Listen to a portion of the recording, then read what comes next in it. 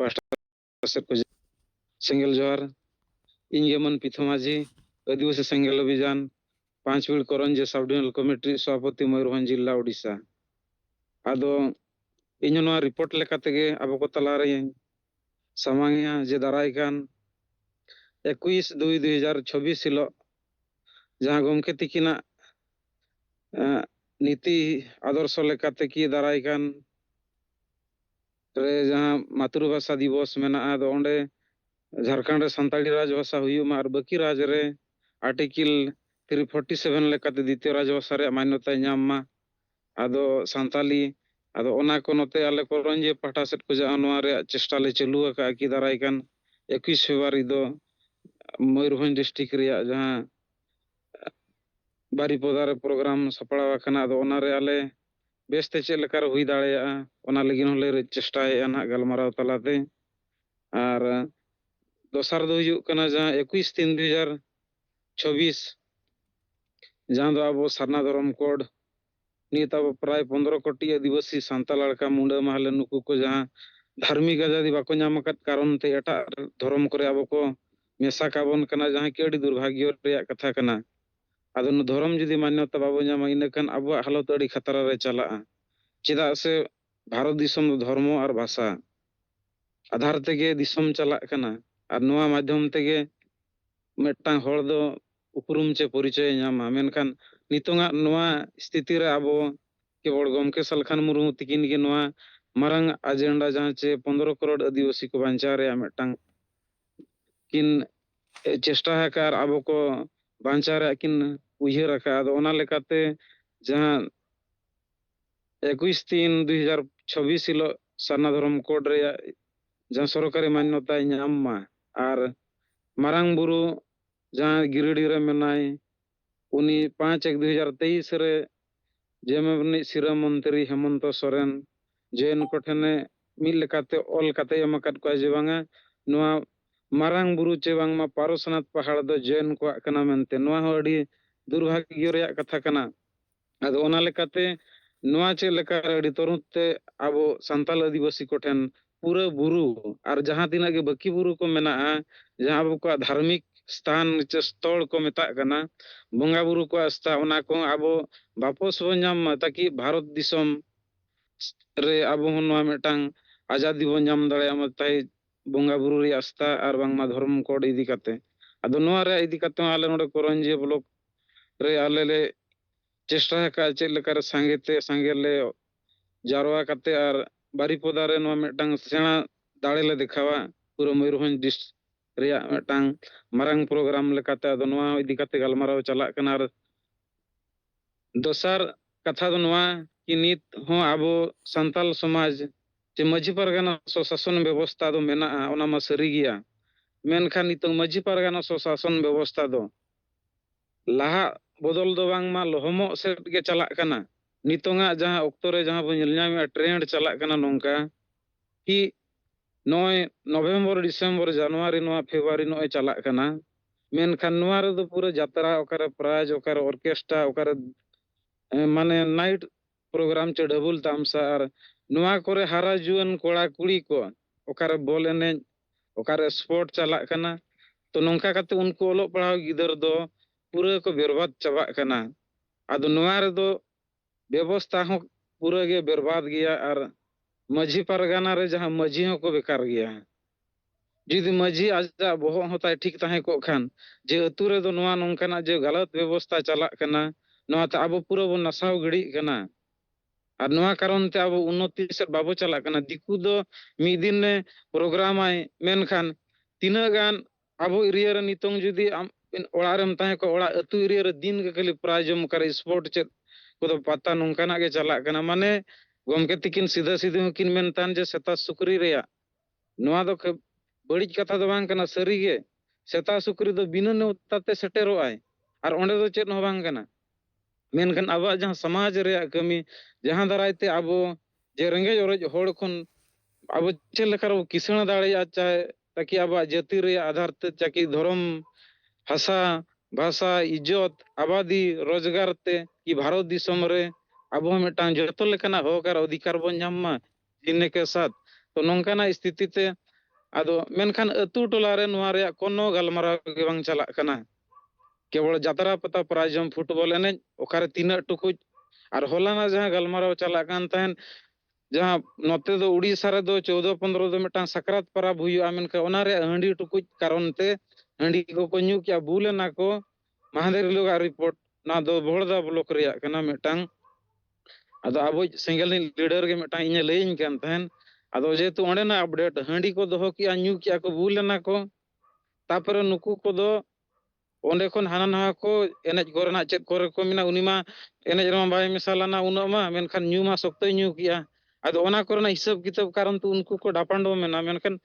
ᱟᱹᱛᱩ ᱫᱚ ᱵᱤᱥᱮᱥ ᱤᱧ ᱩᱱᱟᱹᱜ ᱵᱟᱹᱧ ᱩᱭᱦᱟᱹᱨᱮᱜᱼᱟ ᱢᱮᱱᱠᱷᱟन ᱱᱚᱜᱼᱚ ᱱᱚᱝᱠᱟ ᱦᱚᱸ ᱪᱟᱞᱟᱜ ᱠᱟᱱᱟ ᱟᱵᱚᱨᱮᱱ ᱥᱟᱸᱜᱮ ᱦᱚᱲ ᱫᱚ ᱚᱞᱚᱜ ᱯᱟᱲᱦᱟᱣ ᱥᱟᱶᱛᱮ ᱡᱮ ᱪᱟᱹᱠᱨᱤ ᱱᱚᱠᱨᱤ ᱠᱟᱛᱮ ᱟᱨ ᱟᱵᱚᱣᱟᱜ ᱡᱟᱦᱟᱸ ᱛᱤᱱᱟᱹᱜ ᱚᱫᱷᱤᱠᱟর ᱢᱮᱱᱟᱜᱼᱟ ᱡᱟᱹᱛᱤ ᱫᱷᱚᱨᱚᱢ ᱦᱟᱥᱟ ᱵᱷᱟᱥᱟ ᱤᱡᱽᱡᱚᱛ ᱟᱵᱟᱫᱤ ᱟᱵᱚᱣᱟᱜ ᱞᱮᱠᱟᱛᱮ ᱢᱮᱱᱠᱷᱟन ᱱᱚᱣᱟ ᱨᱮᱭᱟᱜ ᱫᱚ ᱪᱤᱱᱛᱟᱹ ᱜᱮ ᱵᱟᱹᱱᱩᱜ ᱟᱹᱱᱤᱡ चाहे आबोरेन माझी परगना तो शासन व्यवस्था रे जहां प्रमुख माझी को मेताय को कना तो नुकु हो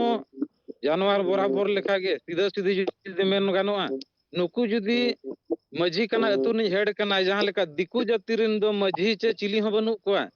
मेनखान उनको जाति रे दो ओलो पढ़ाओ होड़ को फॉलो कोआ बांगमा उनको कथा ते जहां लेका जयराम महतो नुकु जहां तिना महतो समाज रिन होड़ मेना को जहां तिना मेनखान नुकु दा अकुर बुल माता होड़ दो बाको नेल नाम कोआ उनको दो जहां ओको ओलो कनाय भारत दिसम रे उना गान महतो जाति रिन मेना का मेनखान जयराम महतो में का ओड़ा ओड़ा को बड़ाया और जतो सांगे होड़ उनी को समर्थन अड़ी गान महतो मेना को चाहे जेएमएम रे मेना को चाहे बीजेपी रे चाहे बीजेडी रे चाहे टीएमसी रे चाहे आरजेडी रे जहां आप उनका भारत रे अड़ी गान पार्टी मेना मेनखान अड़ी गान रे महतो मेना को मेनखान जयराम महतो पूरा चैंपियन रे मेनाया तो उनका लेकाते चेदा से होड़ को ठीके किया जे बाकी नेता को दो जतो को बेकार गया तो नितों उनका लेकाते अबुआ समाज रे दो सलखान मुरु गमके तिकिन उना गान किन कमिया का चाहे मरांग बुरु बांचा रे कथा सारना धर्म कोड बांचा रे कथा सीएनटीएसपीटी नवा कानून केटे सही लगा मा ताकि अब ओथसा आलो छेड़खानी आलो रे जो मा और आसाम और अंडमान दिन जहां अब रेंगेज और होड़ नीत हबी एसटी जुड़ू बाको नाम का नुकु चे लेकर एसटी जुड़ू को नाम मा और अब कुड़ी गिदर चेतान रे जहां अन्याय अत्याचार नाहाचार चला कना नमा को अड़ी तुरंत बंदो मा और जाहिर गाल लेकन जगह रे जे कुड़ी को समानता अधिकार जहां फंडामेंटल राइट्स आधार ते उनको समानता अधिकार को नाम मा ताकि जाहिर कर बोंगा बुरु ठावर को बोलो दाड़े मा ना दो गमके तिकिन गे प्रेस मीडिया को किन हाईलाइट रका और बांखान दो उनका तुरुई ताले कादोड़िया कोरंजे ब्लॉक रे तो ओना नय 2020 खोजा दो नीत हबी तो कोड़ा कुड़ी जतो जहां तिना गे बोंगा बुरु हुयु कना कोड़ा कुड़ी ले ओंडेले सेलेद चेद को और जहां तिना गे बोंगा बुरु रे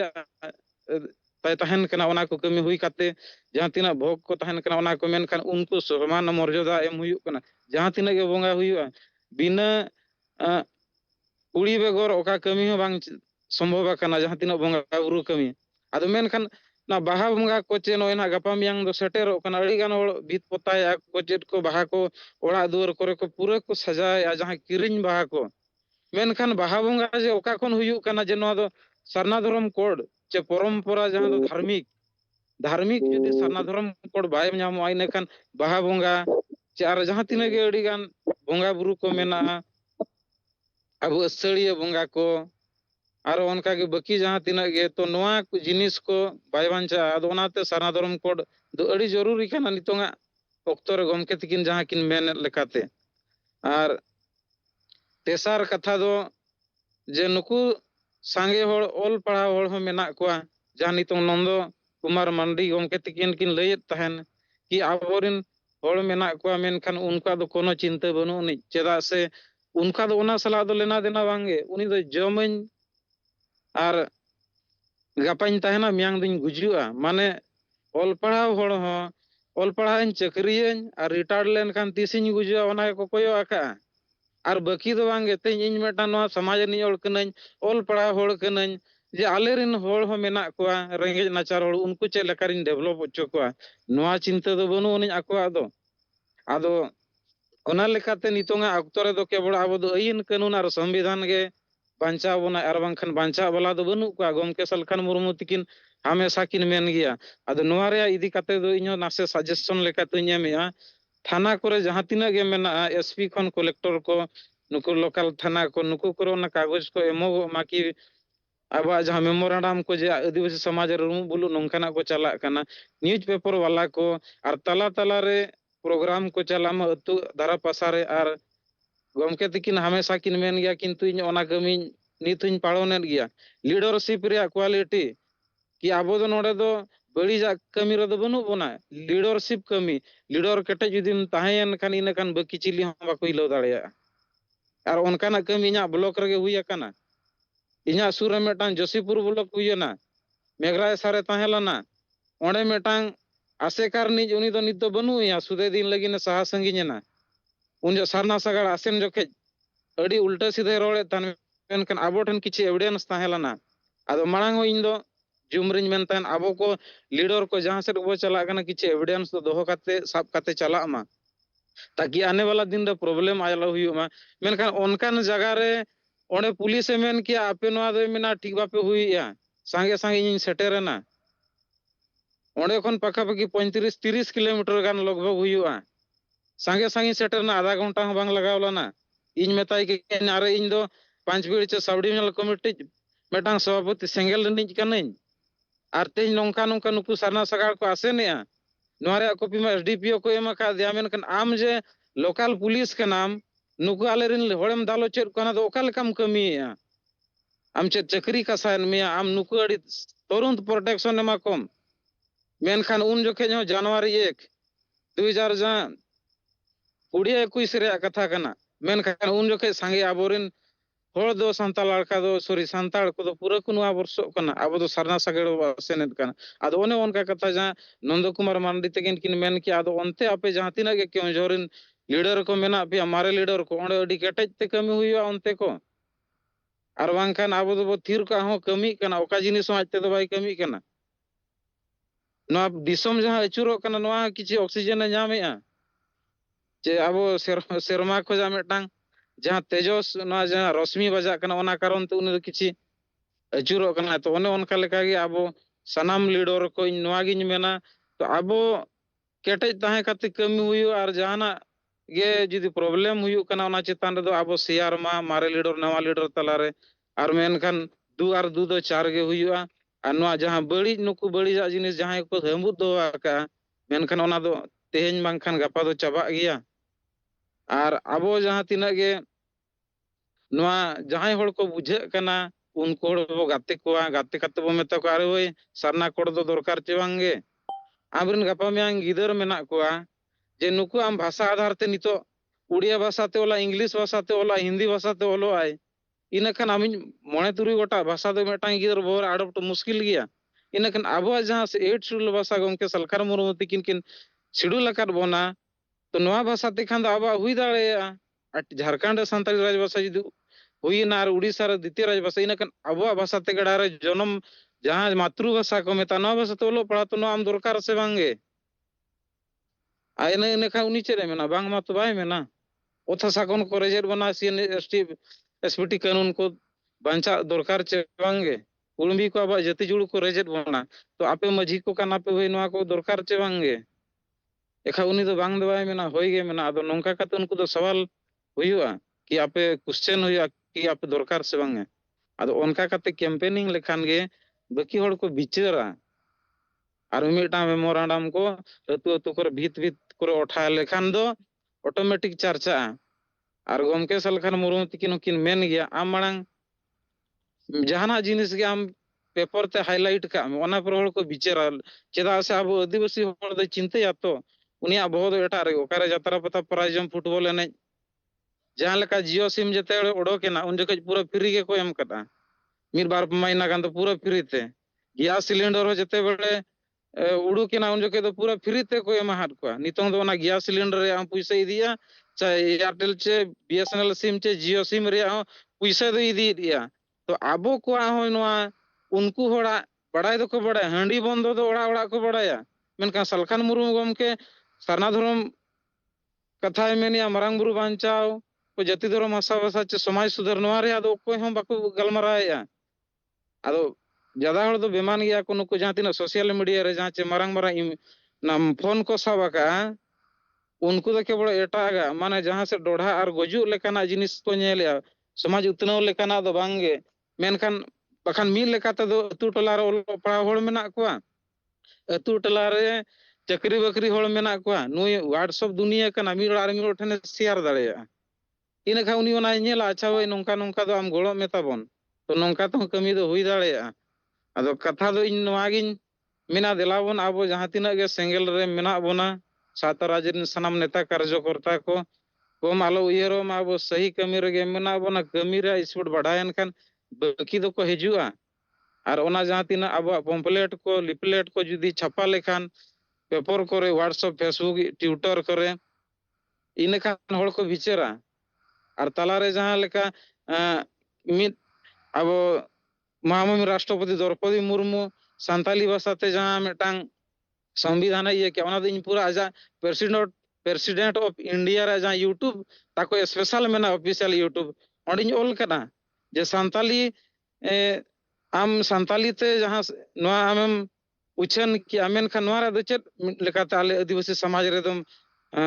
सुविधा में माले चेन होते बांगे ते झारखंड सांताली राजभाषा बांग हुयु कना उड़ीसा रे द्वितीय राजभाषा बांग हुयु कना और आसाम रे आबुन होड़ को गोजेट को इन खान आम आदिवासी रेन होड़ काते बाकी जाति रेन होड़ को आबो आदिवासी लगिन को आम आदिवासी रेन ताहे काते आम बाम रोड़ा ना दो दुर्भाग्यपूर्ण कना तेन 15 करोड़ आदिवासी साला अडी मारंग एम धोकाएआ पूरा प्रेसिडेंट ऑफ इंडिया ओना को यूट्यूब चैनल रेगेन दालावला अदो ओने उनका तो इने खान बाकी होको नेला जे बांगा सरीगे तो नवा जिनिस रे दो आको निना आदिवासी को अडी मुश्किल रे मेना को इने खान को विचारा अदो कथा दो नियगे कना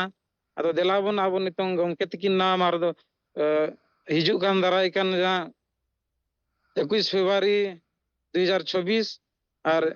21/3/2026 रे जहां नवा प्रोग्राम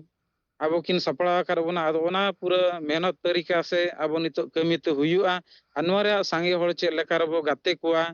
और सांगे होड़ बो सेलेक्ट कोआ और बांगान लिपि लिपि तेगे को चिकी चबा जे होला मांदर मटंग दिल्ली रे को चलायना प्रोग्राम बड़ा की आको मेनखान उनको तो 100 साल ऑलचिकी लिपि को मनाएआ माने अडी चिंता रे कथा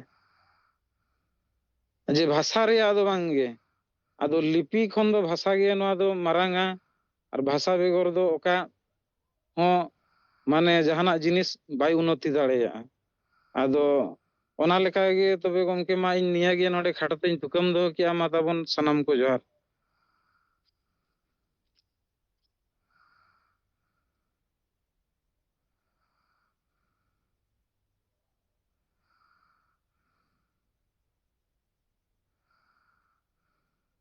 जोहार गमके अडी पुष्टो अंजमन तमा मा दिस सरहा